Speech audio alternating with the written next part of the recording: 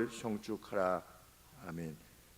영혼으로부터 여호와를 송축해라. 그냥 하는 입술의 찬양이 아니라 정말 그러하다라고 이렇게 송축하라고 합니다. 송축이라고 하는 개념이 무엇이라고 했는가? 상대가 요구하는 인식 그대로를 인정하고 노래하라. 나는 인애와 자비의 하나님이시다 라고 했을 때 하나님께서 나는 인애의 하나님이고 자비의 하나님이다 라고 이렇게 하나님이 주장하시는 거죠. 나는 인애의 하나님이다, 나는 자비의 하나님이다. 그럴 때 우리 하나님이 정말 자비의 하나님이고 인애의 하나님이라고 하는 그 하나님의 요구 그대로 하나님을 높이라는 겁니다. 그것이 송축이라고 하는 개념입니다. 그러면 지금 무엇을 송축하고 있는가? 여호와의 인자하심. 8절 말씀에 여호와는 자비로우시며 은혜로우시며 노하기를 더디하시며 인자하심이 풍부하시다고 하나님 자신이 그러시는데, 하나님의 요구 그대로 하나님 과연 그러하십니다 라고 노래하라는 겁니다. 그렇게 하나님을 높이라는 것입니다. 왜? 자신이 경험했기 때문입니다. 무엇을?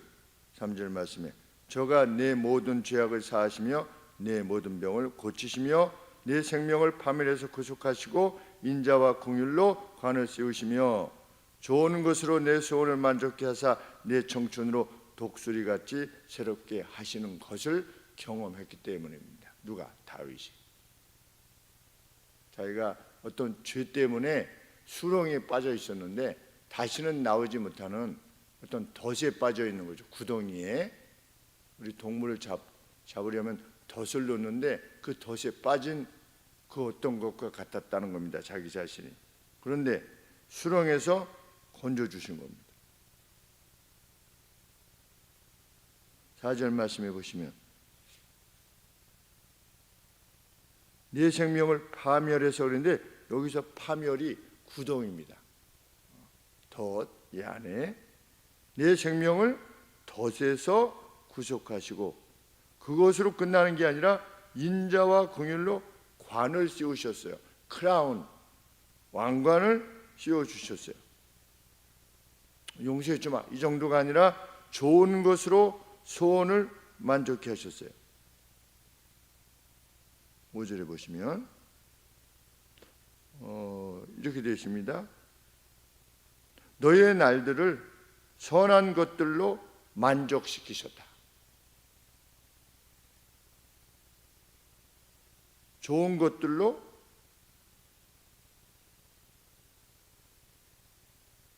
너의 날들을, 내 소원을 만족케 하며 그러는데 너의 날들을 years 이렇게 되어 있습니다. 너의 해, 매해매해를 만족시켜 주셨다. 여기서 너는 누구냐? 다윗 자신인 겁니다. 내 청춘이로 독수리같이 새롭게 하셨다. 그것을 경험한 겁니다. 노래할 수밖에 없었던 겁니다. 과연 하나님은 인애의 하나님이요 자비의 하나님이시구나.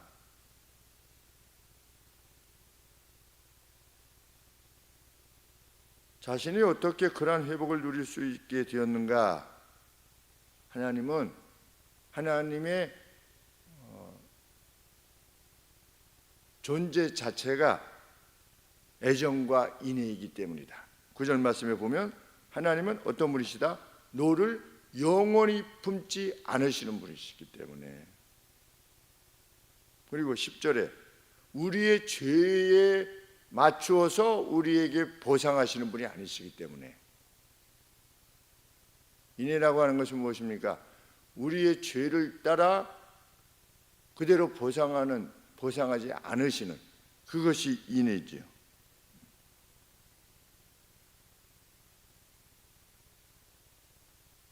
그런 하나님을 인식하시는 겁니다. 10절 말씀에도 우리의 죄를 따라서 거기에 걸맞게 우리를 대하지 아니하셨다. 보상하지 않으셨대요. 10절 말씀에. 왜 그러냐? 11절 말씀에 하늘이 땅에서 높음같이 그를 경외하는 자에게 그 인자하심이 크시기 때문이다. 회개해서 용서해 주세요 이러면 그 인자하심이 크시기 때문이다. 삭개오가 제가 4배나 갚겠습니다. 그리고 제 재산의 절반을 나눠주겠습니다. 이렇게 회개했을 때 돌이키고자 하셨을 때 오늘 내 집에 구원이 이르렀도다 라고 말씀하시는 것은 천국은 가게 해줄게 이것이 아니고 이 모든 앞서 언급되어진 독수리같이 새롭게 하시는도다. 그러니까 삭개오가 그것을 누리게 된 것입니다. 왜? 여호와의 인자하심이 크기 때문에. 그리고 그 하나님의 인애는 6절 말씀에 보시면 여호와께서 의로운 일을 행하시며 압박당하는 모든 자를 위하여 판단하시는도다. 여호와는 의로운 행위들을 행사하시고 압박받는 자들 모두를 위하여 판단하신다. 모두를 위하여. 그렇죠? 그러니까 이것이 자기에게만 해당되는 것이 아니라 다윗에게 하나님의 특별히 애정을 지니셨기 때문이 아니라 모든 사람들에게 가능하다는 겁니다. 이 인애와 자비가 자기가 용서받은 것은 특권이 아니었고 하나님의 성품에 따른 것이었다는 겁니다. 그러니 모든 이들이 어떻게 해라? 여호와를 송축해라. 나만 송축하는 것이 아니라는 겁니다. 나한테는 하나님이 이렇게 해주셨네. 와, 나의 하나님 좋다. 이것이 아니라 하나님의 성품 자체가 죄에 따라서 행하시는 분이 아니시기 때문에 누구든지 돌이키기만 하면 하나님께서 용서하신다는 것입니다.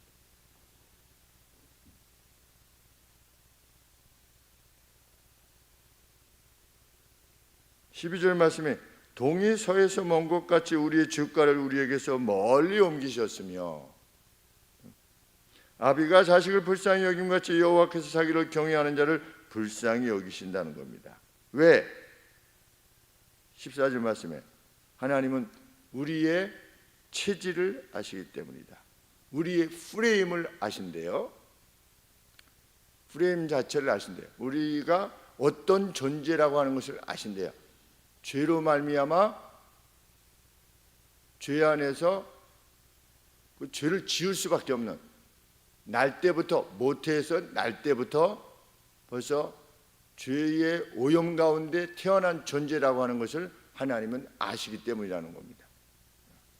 그래서 우리가 살아가면서 사람들을 대할 때도 그 누가 막 악하게 대하는 겁니다. 이렇게 악하게 대할 때 인생이 그렇다고 하는 것. 모든 인생은 이스라엘과 하마스 같다는 거죠. 팔레스타인 같다는 거죠.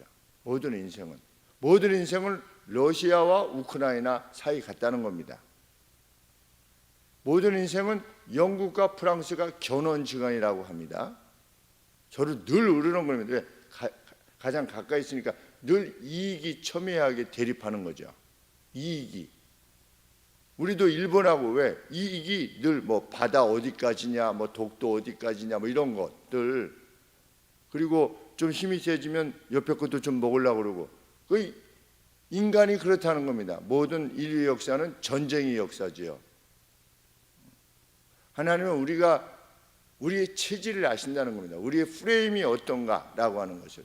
그러니까 우리 개개인적으로도 어떤 뭐 괴로운 일이 있고 또 나를 힘들게 하는 사람이 있으면 하나님이 우리에 대해서 그러하시듯이 저 사람도 죄의 영향으로 저렇게 됐구나 라고 그렇게 할 때 용서할 수 있다는 겁니다. 그것을 정말 인식하면 나한테 이럴 수 있어? 이게 아니라 나한테 이럴 수 있어 하는 나도 죄에 오염되어 있다는 사실을 인식하게 되면 상대가 불쌍하게 여길 뿐입니다. 저기도 빚진 사람이고 나도 빚진 사람이고.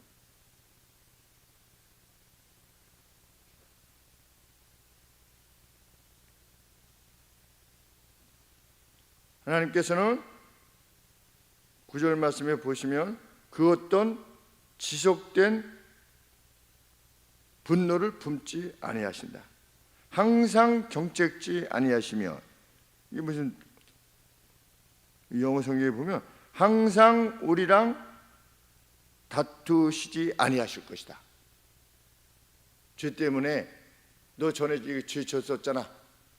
뭐 이거 좀 하나님 앞에 잘 해도 너 그거 10년 전에 그렇게 큰 죄 졌었잖아.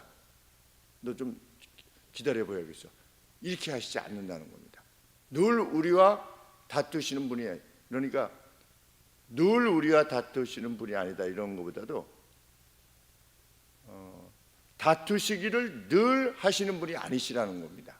하나님은 우리가 하나님을 다시금 경외하고자 할 때 언제든지 자녀에 대한 사랑으로 우리를 대하시는 분이시다. 우리가 무엇이라는 것을 하나님은 아신대요. 14절 하반절에 보시면 우리가 단지 먼지에 불과하다 라고 하는 것을 하나님께서 그 점에 있어서 주의 깊으시기 때문이다, 아시기 때문이다 정도가 아니라 그 점에 있어서 주의 깊으시대요. 그렇지, 죄로 오염되어 있었지. 어떤 죄악을 행했을 때 그 점이 먼저 우리를 대하실 때 하나님이 먼저 인식하시는 부분이라는 겁니다. 우리가 진토에 불과하다는 것을 하나님은 아시기 때문에 우리를 용서하시기를 기뻐하시다는 것입니다.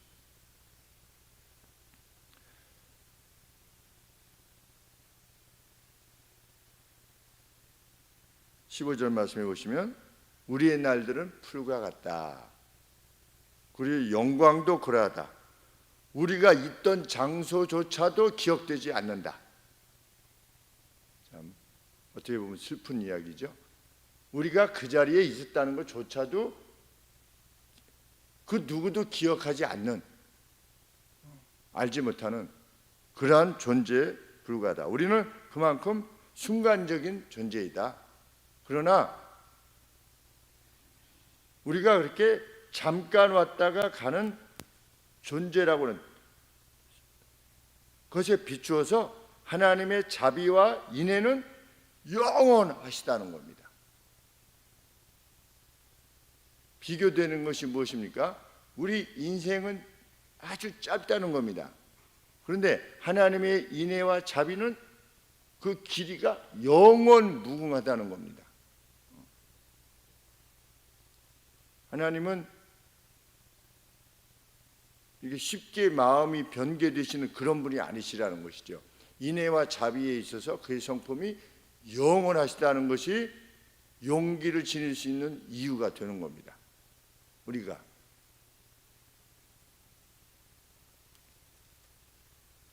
17절 18절 말씀은 큰 용기를 줍니다. 여호와의 인자하심은 자기를 경외하는 자에게 영원부터 영원까지 이르며 그의 의로움은 자손의 자손에게 미칠 것이다.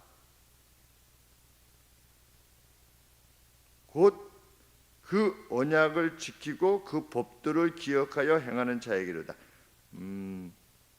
18절 보시면 17절과 18절이 연결되어 있는데 여호와의 인자하심이 이렇게 미치는데 누구한테 미치느냐? 18절과 같은 사람들에게 미친다는 겁니다.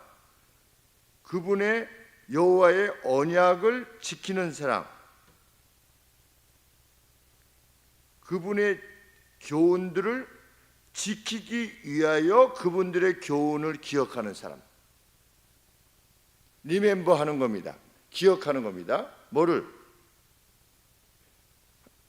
프리셉트라고 되어 있는데 하나님이 주신 어떤 교훈들, 가르침들을 리멤버 하는 겁니다. 기억하는데 무엇하기 위해서 기억하냐면 행하기 위해서 기억하는 겁니다.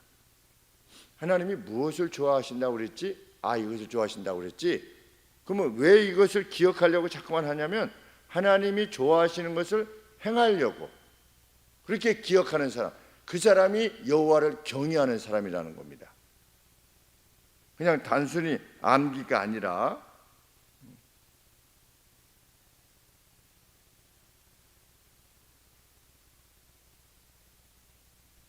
19절 말씀에 마지막 언급을 합니다. 여호와께서는 어떻게 하셨다? 하늘에 그분의 보좌를 세우셨다. 그러니 어떻게 해라? 21절에 20절 하반절에 그 말씀의 소리를 듣는 너희 천사들이여 여호와를 송축하라. 또 21절에 여호와를 봉사하여 그 뜻을 행하는 너희 모든 천군이여. 하늘에서 이게 미가엘과 같은 어떤 천사장 하이랭크가 되어 있는 어떤 천사들 내에서도 높은 지위에 있는 천군이여 우리가 보통 만군의 여호와여 그러지 않습니까? 그런데 그 천상에 있는 어떤 영적 존재들, 그런데 랭크가 그 지위가 높이 있는 겁니다. 하이 랭크에 있는, 그래서 여기는 천군이여 이런 표현을 썼죠. 천군이여 여호와를 송축하라. 22절에 여호와의 지으심을 받고 그의 지배 내에 있는 모든 너희들이여. 존재하는 모든 영역은 하나님의 지배의 영역이라는 겁니다. 도메인이라고 해요. 도메인이라고 하는 용어를 가끔씩 들어보실 텐데 하나님의 지배의 영역인 겁니다.